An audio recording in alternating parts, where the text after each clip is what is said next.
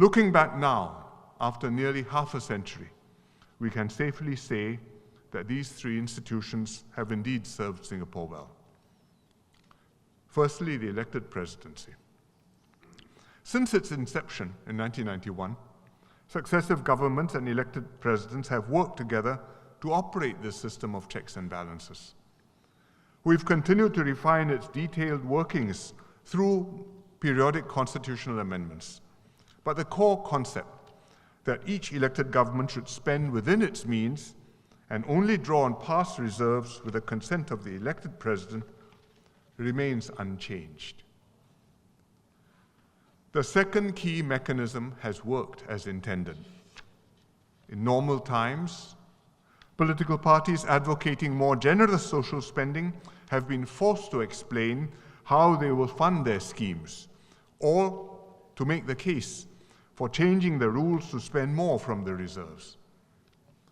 In emergencies like the global financial crisis and the COVID pandemic, the government of the day has been able, with the approval of the elected president, to draw on our past reserves to fund substantial emergency packages.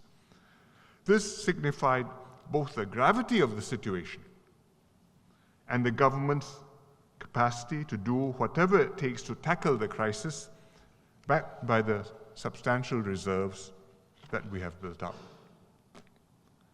The elected presidency has fostered more prudent and sustainable attitudes towards state spending amongst all political parties and the public too.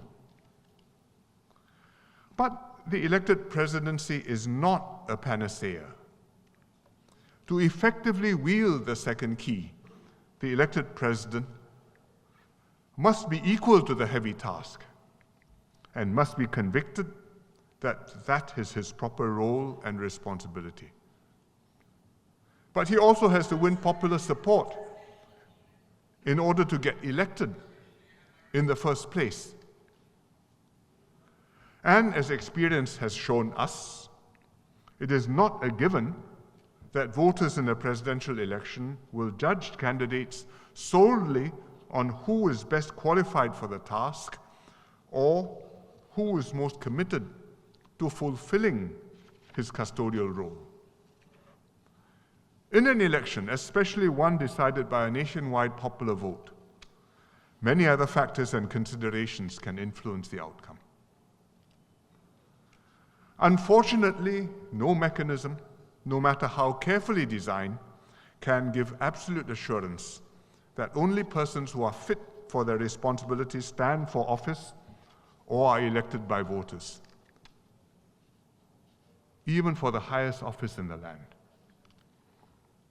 Therefore, Singaporeans not only need to understand the great harm that a rogue government can do to the country, they must also be very careful not to elect presidents who will exceed their roles and responsibilities and cause the system to malfunction. But on the whole, Singapore's political system and long-term stability are much better served with a check and balance afforded by an elected president than without.